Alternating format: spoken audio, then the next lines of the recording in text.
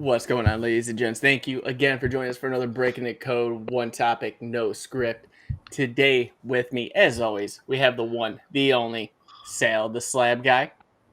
Sal, can you tell everybody where they can find you when I doing stuff here on CODEX? Yeah, of course. You can always find me on YouTube as under Sal's Comic Corner, and when Dan allows, on Instagram as the Slap Guy 77. We have the Archduke himself. Kev, can you tell us where we can find you? Hey guys, I created a group over on Facebook and Instagram with Dan's permission called Character of the Day, where we post a different character. Our good buddy Uncle Gary there posts a different cover, and we put all sorts of geekery and goodness that we all will know and love up on it. And we'd love to have you come and check it out and become part of our family. Come and hopefully we'll see you soon. And with that, Gary, my man. What up? Hello, thank you. You can see me on Facebook. I'm under the moniker Opie Taylor, and yes, comic character of the day, started by that fellow over there, Archduke Kevy, invited me to come over and say, why don't you start posting some covers for us? So I'm putting some covers on there for you. Most of the time it's old school covers, so I want you to see the history of this great medium. And to do that, we're going back a few years most of the time, but I enjoy it, and please give me feedback and input. You know, if you like the covers or if you don't like the covers. And if you don't like the covers, that's okay. I'm still going to put what I want to put on there. But it's okay. You get a voice. So that's right. So, but hopefully you'll get something out of it and be like Sal and say, man, I got to have that book and buy that book. So, you know, track it down, hunt it down. Absolutely. I'm the proud part owner of Comic Logic, Loudoun County, Virginia's only comic book store. You can catch me there every Wednesday, get my weekly fix of books. I got to have it. I got to inject them. So you can catch me there. We can talk comics. We can talk books. And we also do a Facebook live show the first 3 Thursdays of every month. The first one is a Comic Logic preview show where we talk about books that you can order that are coming out through the Previews magazine. The second and third Thursday is our Ye Grumpy Old Nerd show where myself and 2 other owners, we sit around and we talk crap, the main owner, Rob, and then my best friend, Mike, and we just talk old man stuff on comics, on sports, on TVs, on movies, and anything else that makes old people like us sit around and talk. So we're in the same room, in the same place, you know, so come see us. And then back to my man up there. Yes, ladies and gentlemen. You know what I'm about to say. Go check us out on all the socials. And all you have to do is go to the CODEX station. Right now, we are sitting at 947 subscribers on YouTube. We're doing a 1,000 subscriber giveaway. It's massive. It's going to be huge. You guys, all you have to do is subscribe. We'll be having more details here shortly for you. And also, guys, if you guys get the chance to check out our sponsor, W Energy. That's w.gg to find them. Cleanest form of energy drink I've ever had. We all here have tried it. We all here love it. Sal's been sipping on that gin and juice for a while on it. I actually refilled. Guys, I refilled it. It's good. Yeah. And if you guys can and do purchase something, use the keyword code -X, CODE-X at checkout. Save yourself 10% on any order. And with that being said, real fast, Tone, what up, buddy? Thank you for being in the chat. Yeah, Tone, what's up, buddy? Hey, brother. Miss you, buddy. But today, we're talking about the top 3 worst comic stories told, in our opinion. So, let's kick that off right now. Kevin, what's your first one? I got to go with the classic. I know that a lot of people would pick One More Day over the Clone Saga, but I gotta go with the Clone Saga for Spider-Man. That was awful. It lasted way too long. So for me, I gotta say, one of the things for me is I really don't like when they disrespect a character, and they did not treat Peter right in that whole scene with introducing the real Spider-Man, Ben Reilly. No. That just, I wasn't feeling it. So yeah, my number 3 is Clone Saga. That they butchered that whole character for a while there with that one. Yep. All right. Yep. Uncle Gary, what do you got? You know, I'll even though it's repetition, I also want to say Clone Saga, but I'll just flesh out a little more on that. You know, the Clone Saga to me. Now, look, I know I'm more of a DC guy. Love Marvel, have Thank plenty God of I need Marvel, more of you. plenty. Look, but I'm more of a DC guy. But I think this Clone Saga highlights the difference. Sometimes I believe that DC is more story central on a lot of their books, and if you look at what we talked about where Bane broke Batman's back and Azrael took over the legacy of Batman and became Batman, and you liked it at first, but then you started to hate him. Well, that was the plan. That was the whole plan. They had the grand plan where you were going to hate Asbats and you're going to really root for Batman to come back, beat his ass, and take the mantle again. And it was a brilliant storyline. Same thing with the death of Superman. The death of Superman, he dies. You got 4 characters coming up. Which one will be Superman? That was all part of the plan. They were all red herrings that they weren't Superman. But what did you get out of that? You got the Connor Kent Superboy, that was a cool character. You got John Henry Irons, Steel, that was a great character. You got the Cyborg Superman. That, oh my God, what a great villain! What a great the problem with Superman is to get villains to him that are true threats. And Hank Henshaw, Cyborg Superman, was definitely a threat. And the Eradicator was a whole different take on a villain, thinking he's doing the right thing for Kryptonians and preserving the legacy. So you got 4 really cool characters out of that. And then when Superman comes back, again, it told a story. It told a story that had a beginning, a middle, and an end that you could tell was plotted out in advance. The Clone Saga was Marvel saying, let's do something really crazy. We'll kill Spider-Man. We're going to do this. And they painted themselves in a corner, and they could not get out of it. Clone Saga to me is akin to Dallas, and Bobby Ewing is all of a sudden in the shower. I mean, this is an old reference, but Bobby Ewing, who had died the year before, all of a sudden is back, and the season before was a dream. So that to me is a parallel to the Clone Saga, that they wanted to shake things up, tell this radical story. The fans hated it, and they did not have a well-rounded story that was going to bring it back full circle. And you know what? To be honest with you, the story was so bad, I can't even remember how they got out of it. I checked out mentally. I can't even remember, but I know it was ridiculous. Where the Batman story, the Superman story, I just told you the whole damn full circle arc. Why? Because it was memorable. The Clone Saga was so unmemorable. What I do remember is I hated it. And it sucked. So thank you. It's just All right, Sal, do you want to contribute to this? I'd like to add one thing, if I may. Here. Do it. Do it. Sorry. Jamie, I just want to let you know that I'm on your side now. Dawn of DC has won me over. I'm officially now more of a DC guy than a Marvel guy at this point. So welcome to the dark side, my friend. Hell yeah! All right, Sal, what's up, buddy? So I gotta agree with you. Clone Saga was terrible, and I'm gonna not give it credit by choosing it. So I'm gonna move on to another Spider-Man title. I respect that, Sal. You guys both put it succinctly. It was terrible from the get-go. There was no plan. They backed themselves in the corner, and it was unmemorable. That is the best way to describe it. Okay. So I'm going to jump over, and I'm actually going to agree with Dan on this one, because Dan actually said it. But One More Day. One More Day was he called it that, and it is. It was terrible. It was It broke apart a classic couple who I thought worked really well together. Right. Spider-Man leaned on Mary Jane as his rock, as his his stable, his base in reality to keep him straight. Whenever he would go off the deep end or get into the depression, she would reel him back in and send him back on the rails. And to break that up was just killer for me. And it was just, I don't know, that just kind of really ruined it for me on that. And then anything else after that, it's like if he has a girlfriend, he's courting Felicia. Courting Felicia has been like the closest couple, thing with him that's been okay, but I still don't like it. Gwen Stacy. So what's that? Gwen Stacy.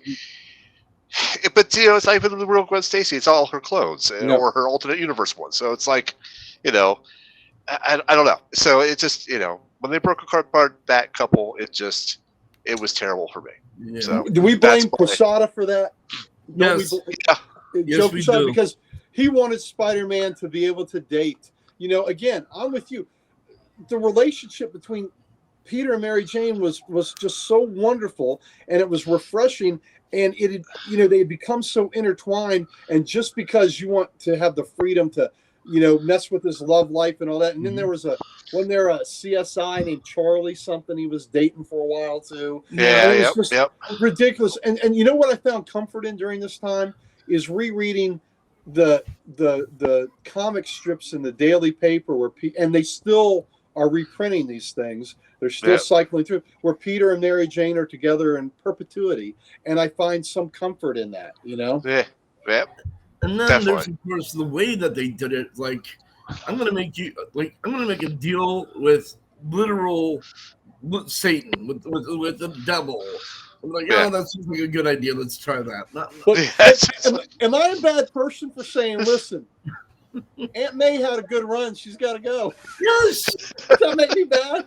Does that make me bad? I mean, it does, but I think like all comic fans agree with you with it. So right. Listen, right. I love my wife so much. I can't imagine. If I had an old Aunt May, Aunt May, you had a lot of great years. You're going to be with Uncle Ben. It's going to be okay. It's going to be okay. It's going to be fine. I promise. It's going to be okay. It's going to be okay. Uncle Gary with the pillow. And done. And cut. We're done there. Thank you, Kevin. Thank you, Archduke, for taking the spotlight off of me for a while. So just filling those gaping holes. Yep. All right, Jamie, what do you got? So for mine, it was more recent, or a little bit more recent. I have to go with Secret Empire. I was excited for that storyline, and it just hurt every which way. The only great thing to come out of that storyline is Deadpool literally calling evil Steve Rogers Stevel and going up the bathroom. That was it. I mean, other than that, there's too many plot points that were missing. It just major holes, major gaping holes. Oh man. You could drive a truck through them. Yeah, at the end of that, like because I bought into everything. I was reading every tie-in for it, everything, and it just felt like so deflating at the end when it was just they basically just went, okay, well that happened. Let's bring Steve Rogers back, and then that was it. It hurt in every form and fashion you could possibly think of. That's fair. Okay, I agree. So, yeah. All right, let me circle back to one point because Toe made a good point here. yes. He says, "So it sounds like you're all angry because it stayed the status quo." Yes, I can see your point. It was the status quo. It was changed, and we're grumpy. Get off our damn lawn about it. That's our line. That's my line. You have a lawn? Sal's been watching Grumpy Old Nerds. That's our tagline. Stay off our lawns. Hold on, yep. And exactly. We appreciate you watching, Sal. We appreciate it. No problem, man. No problem. So yeah, I agree with you, Toad. We do sound grumpy because they changed the status quo, but it was just a little bit more than that. I mean, if you could put them on the rocks, you could put them in little, dangerous situations. It just seemed like there's got to be something like solid that you could always rely on. Like Aunt May's wheat cakes. and to take it away, kind of feels like a part of your soul is missing. So I'm sorry, Toad. Yeah, it does sound like we're grumpy about the status quo. Yes, I'll give you that. Yeah, fair. All right, Kevin, what's your next story? Okay, so for me, going back to the disrespect of a character, we grew up with this character. I mean, we loved him. He was the character for 30 years. And then they came out with, what do they call that one? Heroes in Crisis. And they completely and utterly destroyed Wally West. They made him a villain. They totally got rid of all the great like who he was. Real fast, Kevin. I'm gonna go next after you. I'm just letting you know right now. Oh gosh. Okay. Good. And no, they did Wally West strong after him becoming one of the best characters that DC has created in memory. So yeah, I got to go with what they did with Wally.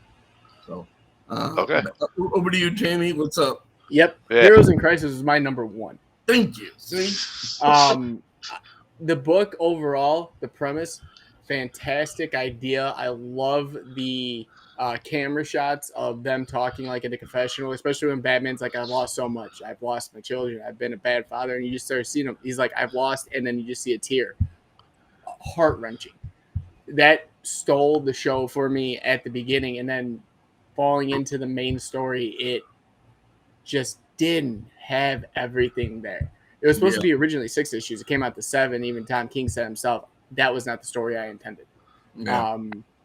Between editing and or editors and everything else, they changed the story on them. But just that ending with the cop out, man, it was hard. It was hard to read. It wasn't worth the time. It wasn't worth the pages at that point anymore. To me, it was more like, you know, because literally it went from that to Dark Multiverse, and Wally's back. Wally's good. Wally is going for redemption. What? You just made him the killer. And him and Harley Quinn are fighting and Booster Gold. It made no sense after issue 2, I want to say. Yep. But the one shining beacon of light was that interrogation room scenes where they had the characters talking, and whether it was hero, villain, whatever it may be, that was the cool thing. That was that was the only light at the end of that tunnel. But other than that, my God, man. Yeah. Like, why? That book should be redone in the way it was intended to be. Yeah. Painful. Yeah. Or stricken from the record. One of the two. Yeah. Yeah. All right, Gary, why don't you go next? All right. Well, Heroes in Crisis. That was all right. And let me preface this. I know Tom King is not. I don't know that y'all are much fans of him. I actually like King a lot, but I like him I like him when he writes out of continuity, right? Out of continuity. Fair. Human Target, I loved it. Strange Adventures, I loved it. Mr. Miracle, I loved it. When he writes out of continuity, what he's doing with I have those, but I haven't read them. What he's doing with Danger Street, I think, is an incredibly cool writing exercise where he's tying 13 different characters that appeared throughout the 13 issues of first issue special, tying them into a story. And you've got like Lady Cop, you got the Dingbats, you've got some terrible characters, the Green Team. I find that very interesting and a great writing exercise. But Heroes in Crisis, Jamie, I'm going to echo what you said. It is a brilliant concept. It is a brilliant concept. The confessionals, and to think that, yes, why wouldn't heroes have PTSD? Why wouldn't they need a place? I mean, we see every day, how many stories do we see on the news where mental illness is so prevalent in our society? I think it's a brilliant concept. But to take a character that we have known so many years in Wally, here's the thing. Wally certainly could have caused an accident that killed someone. Fine. But to have him murder to cover up his mistake is so against everything that character has ever stood for that's crap. I mean, you could have told a story where he caused the tragic accident. Maybe he was hiding out for a little bit from it and couldn't admit it. But to have him killed to cover it up, that is complete and utter garbage. And I don't know. I've not really read much on what King was going for there. Jamie, you seem to say that it wasn't exactly the story he told. So whoever came up with that story for Wally, that is garbage. So I don't know. Then maybe King did that. But that was originally supposed to be in his Batman series, from what he was saying multiple interviews he had. It was supposed to be a part of the Batman series where they were talking about PTSD and everything, and they said, "Why aren't we making an event?" And he's like, "I don't do events," and they're like, "Yeah, you do now." They could have even had established a year ago or whatever when they had the initial concept, a new speedster that was under Barry's wing or something. I don't know. They just So I think for me, the biggest tragedy of Heroes in Crisis was it was such a brilliant concept that was ruined. Yeah. I mean, nobody had ever broached this subject of heroes with PTSD. Like, you know what?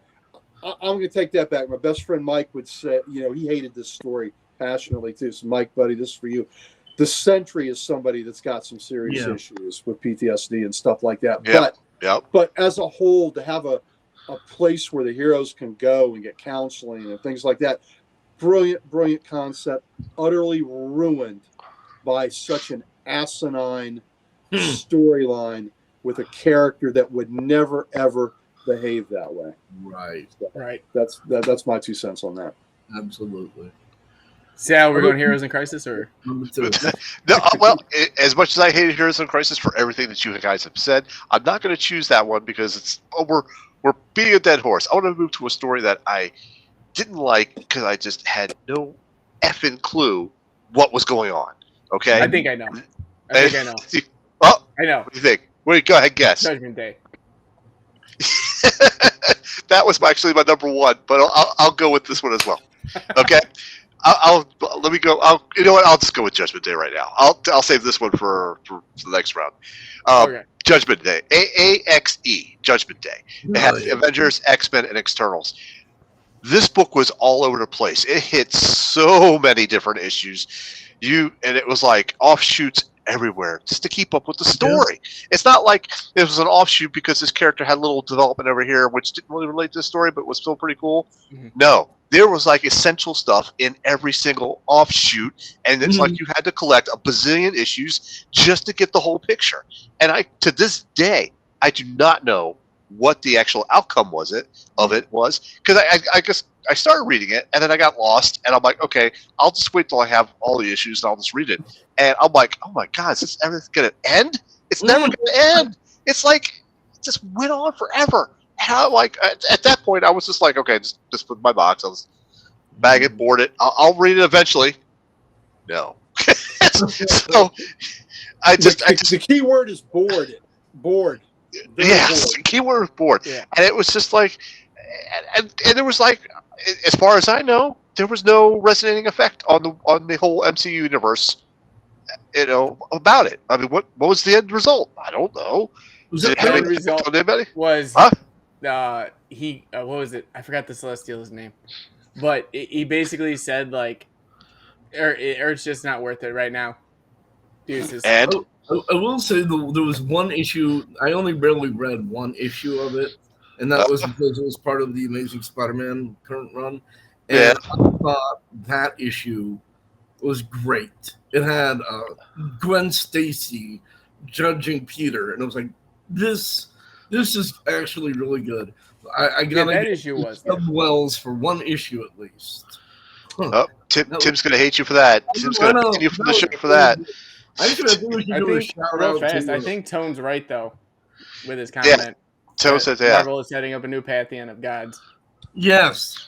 Period, D period, S period. But so my takeaway with this was Wolverine gets a thumbs up, Cap gets a thumbs down. Yeah. What the hell?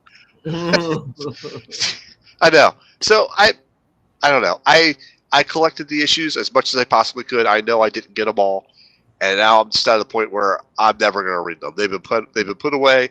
They've been cataloged. Done. I'll admit right now that's a series I have not read, but that's my number 2. Fair. I think we should do a shout out to Tim for his number 3, 2, and 1 of the current run of Amazing Spider-Man. I'm just saying. Yes. Yeah. Definitely. Toad actually said, yeah. Let me show up here what Toad just said. AXE ended with the emergence of a new god. I didn't even know that. I didn't even know that. So thank you for telling me. I mean, if they had summed that up in like less issues, maybe I could have read that, followed along better. I'm such a cynic now. Whenever they do one of these crossover events, right? Yeah. It's so much of it just seems to be a cash grab, right? Where It is. I mean, Yep. so far the Night Terrors, I'm kind of digging most of them, but it's Jamie, last week when we discussed our favorites, Blackest Night was on my list. Every single Blackest Night tie-in was fantastic. Had something to do with it, and but meaningful and great stories. These tie-ins on Judgment Day are like, I mean, they're just garbage for the most part, and I just, it just seemed to me, it just seems like somebody. And look, I'm not going to say Night Terrors isn't a bit of a cash grab too, but so far I'm much more involved and enjoying it a whole lot more. I think it's all a cash grab, to tell you the truth. Well, I know. Well, look, like all the variant covers we're buying, that's not a cash grab. Also, we're very buying true. the same damn issue with a different cover. Good cover. I know. You don't have to remind me what I'm doing. Thank you very much. It's part of the illness. It's part of the illness. All right. Kevy, what's the last one, brother? All right. So I'm going to have to do a complaint of a change up to the status quo and apologize profusely for tone for this one. Uh-oh. But I can't stand the current Jonathan Hickman X whole scenario. Like, that is not the X-Men to me. Yes, I am a boomer with that one, whatever. Okay, boomer. But boomer. It just, yeah. I am a boomer. I'm really a boomer. They what they did to Beast is just unforgivable. I hate it too. Yeah, the fact that they're getting Cyclops, Jean Grey, to a polyamorous relationship. I mean, okay, let's say I could buy that Cyclops and Wolverine are bi now. They don't like each other very much. They would not be getting into a thing together. Just too much of a change up. The X-Men are supposed to be representing an oppressed people, and what they did, I don't know. And it's also, speaking of convoluted messes, I cannot keep up with everything everything that they're doing. X-Men Red, X-Men Immortal, X-Men Immoral. It's too much. X-Men on the toilet. It's very true, you know. As my buddy would say, X-Lax. He calls them X-Lax. X-Lax. It runs through you.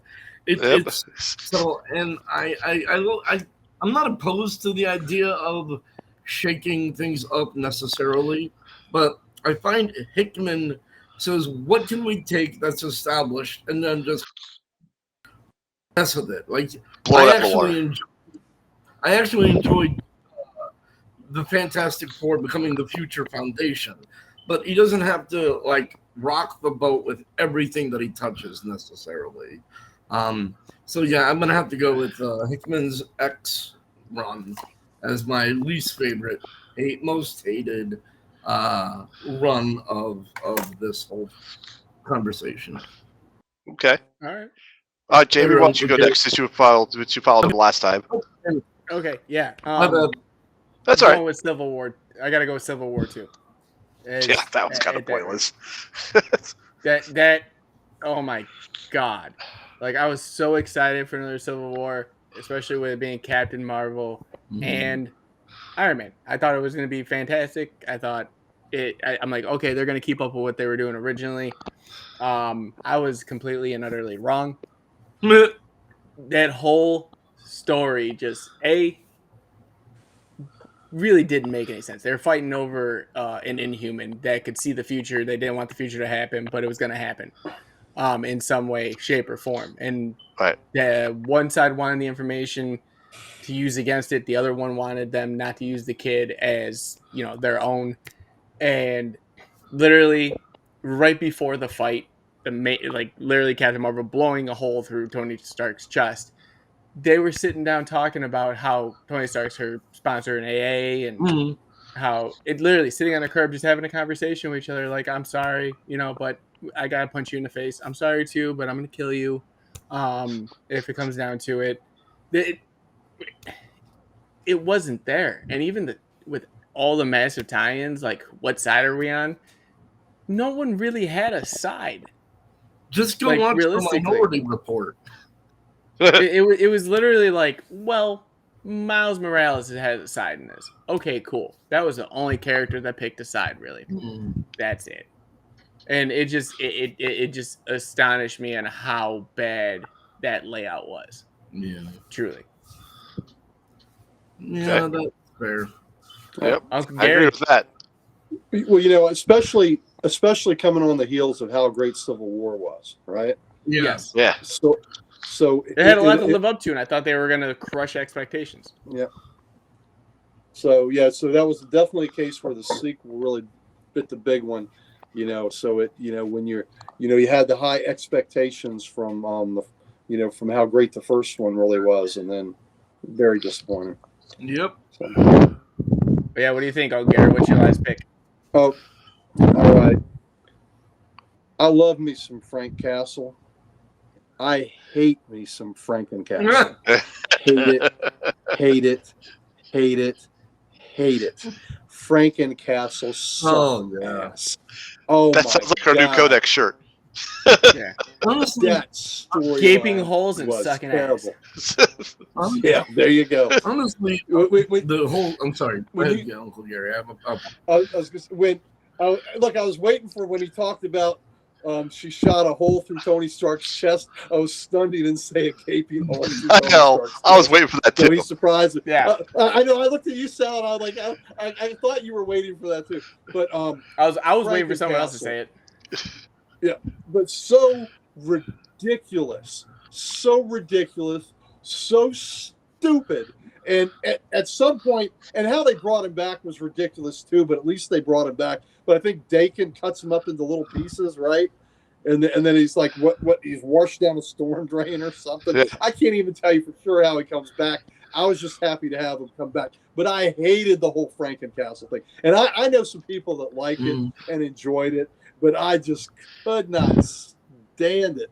For me, Frank, if it was any other character, but Punisher, I could have got some, but Castle, I could have gotten some enjoyment about that.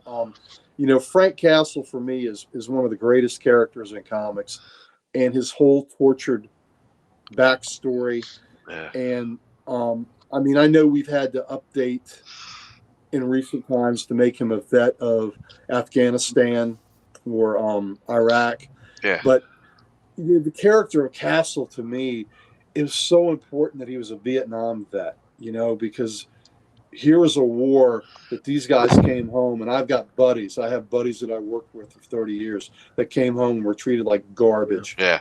When they served their country, when they answered the call and they served their country and did what they were supposed to do and came home and were treated like shit. Yeah. One thing that we have learned, especially with Iraq, that was not justified to go into. Afghanistan, sure. Taliban, 9/11, sure. But Iraq was not justified. But even if you didn't agree with that war, we treated those guys with honor when they came home. Absolutely, and the respect that they deserved. Yeah. So that's one thing we learned to do. So I know I'm off on a tangent, but I thought it was essential that, it was important of Frank's character that he was a Vietnam vet. But I know because of aging, we can't keep that forever. But anyway, I just treat that character with such respect and reverence, and what's going on in his head, and what, that was part of what made him who he was.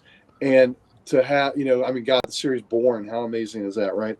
Yep. But the whole Frankencastle treated the Punisher like a joke, like a cartoon.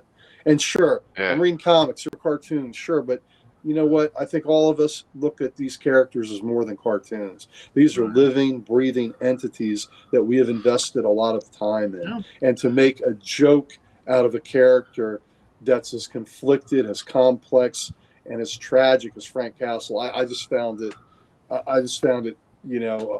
it offended me, pissed me off, and I couldn't wait to see it end. I gotta say with Punisher, they messed with that character. I wouldn't say more than anyone else, but a lot. Like an Angel, they changed his race. They did this with him.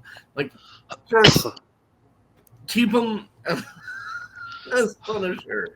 It's not with that character. There was a lot of we don't know exactly what to do with him. Mindset behind a lot of his history, unfortunately. All right, very good. Yeah, last one. All right, last one. I'm gonna end this with what I was gonna say last round, but Jamie jumped the gun on it. But that's all right. It's all good, buddy. Dark Knight's death metal. That was such a cash grab. Dark Knight's metal. Excellent story. Oh, really good. Metal. Sorry, I thought for a second my mind was metal. Right, metal gave us the Batman Who Laughs and all that, all those multiverse and stuff with that, and that storylines which were awesome. Okay, it's metal. It they have to go to fight the new Apocalypse to free Superman, but he's gone because of the anti-life equation. Blah blah blah blah blah. Cash grab. And it was just a cash grab for the covers. Now I admit I've got a color. Got one signed. It's slab, but because it looks cool, but the story just wasn't there. I really don't know where they were going with it. And once again, it was all over the place. There's death metal Legends of Dark Knights. There's death metal Robin King. There's death metal series. It was just Robin King. That one was actually pretty good. Oh yeah, I think I remember reading that one. I did okay with it, but right, and that one's got a cool cover too. But but that's not the point. The point is, I think the death metal. I think DC saw this as an opportunity to say, "Oh, we had something good with metal, and we made a lot of money on that. Let's push it like a little further and see what else we can do with it, or see what else money we can grab with that." And I really think it was more of a cash grab than a storytell to me. Yeah, and I agree with you on that because of the fact that I collected the whole thing, and I literally sat there going, "This is not what I was expecting after metal." Like, like I said, the Robin King one was good. I thought that was the only probably good issue out of that series. Right. No. And Scott Snyder was the writer for it, and he was the writer for metal, and you would think that he was going to have the same epicness that metal had, and it just didn't have it. What did they have Sergeant Rock saying in that series? Do you remember? I have no idea. Oh my god. The head of Sergeant Rock, you mean? He says "Oorah." And he's the Army, right? He's Army. Does the Army say "Oorah"? No, that's a Marine. That's a Marine thing, not an Army. That's a Marine thing. I mean, that was to me. That was like, come on, Sergeant Rock does not say "Oorah." Yep. And so look, that's a little thing, but that's a big thing. Big thing. That is. Tone had some comments on this one. He said death metal stuff maybe like Great Composers art less. Yeah, I agree with you. I agree. They really they pushed the edge. I'm with you, brother. I am with you, my friend. And it was messy art, messy story, cash grab. Also agree. With the metal thing, I felt it was like, for me, it was like the whole AXE, because it was like, I don't even know where to begin. You ever seen Always Sunny in Philadelphia? Where Charlie Day's got like the map and he's having a cigarette trying to point out he's like this. The conspiracy theory map. Right. That's exactly how it is mapping those stories out. Yeah, I'm like I didn't even bother because it was too much. It was like the road to it was like the button with Flash and Batman, and then there was getting into the Watchmen. I'm like I'm lost already. So. Yep. All right. Well, there you have it. That's the last of our stories there. So, Jamie, why don't you wrap us up? Of course. I mean, hey, great picks. I want to say all around. A lot of us had the same ones. I was very surprised. I thought I was going to be the only one going with heroes on that, and come to find out that I was completely and utterly wrong. You were right. You were right there. Yeah, I was completely right and wrong at the same time. But guys and gals out there, thank you again for joining us for another episode of Breaking the Code. As always, I am your host, J-Dub. With me, as always, is the slab guy himself, Sal Rowe. Sal, once again, tell them where they can find you when you're not doing stuff here in Codex. All right, you can always find me on YouTube under Sal's Comic Corner, and when Dan allows it, you can find me on Instagram under the Slab Guy 77. And then we also have the Archduke himself. Created a group over on Facebook, and through the grace of our Lord and Instagram Savior Dan, it's also over. He comes out in a robe next time. Loves me. And Instagram logo on it. There's just a hashtag, his name on the back. I recruited Uncle Gary over there to do the covers on that website on Facebook under Comic Character of the Day. We'd love to have you come on over, become part of our family, and hope to see you soon. Uncle Gary, what do you got going on? Uncle Gary. All right. Well, like Archduke Kevy mentioned there, Comic Character of the Day, his wonderful site that he founded. He asked me if I would do the cover. On Facebook, I'm known as Opie Taylor, and I will post those covers, and hopefully you dig my old school flavor of the covers. A lot of times we sync up the character of the day with a cover. He'll do a character, and I'm like, oh, I got a cover for that. So I have a lot of fun. Doing that, and sometimes I deviate and say, "Nah, I'm going to do my thing today." So but it's still a lot of fun. I'm also part owner of Comic Logic, the only comic book store in Loudoun County, Virginia. If you're in Northern Virginia, please come in and see us. You can catch me there every Wednesday at 11 o'clock, getting my weekly comic fix. I got to have it. I will be there, and we can pontificate, talk comics all day, baby. And then we do a Facebook Live show, Comic Logic preview show, the first Thursday of every month, and then the second and third Thursday of every month. Myself, my best friend, and the principal owner of Comic Logic, we sit down with our grumpier old nerd show, and we talk comics, movies, sports, and plenty of other old man stuff. So come see a bunch of old men sitting around talking comics. If you need a good nap, you can watch us and fall asleep. Though we're yelling a lot, probably can't. So anyway, come see us, and with the plan that started this whole daggone station, Mr. J-Dub. Oh, shucks. You shouldn't have. But, I'm about to say, guys, go check us out on the socials, and that's at the Codex Station. We are so close to the 1,000 subscriber mark on YouTube. Go over there and subscribe. We are doing a massive, massive gaping hole of a giveaway. Gaping whole lot of stuff.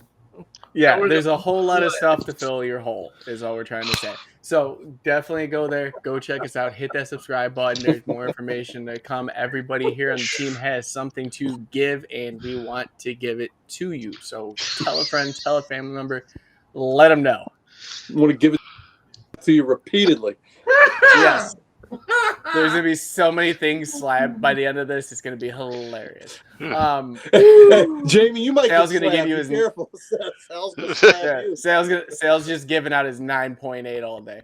But ladies and gentlemen, thank you again for joining us for another episode of Breaking the Code. I love every single one of you. It's great to be back. We will see you in the next one. Much love. See ya.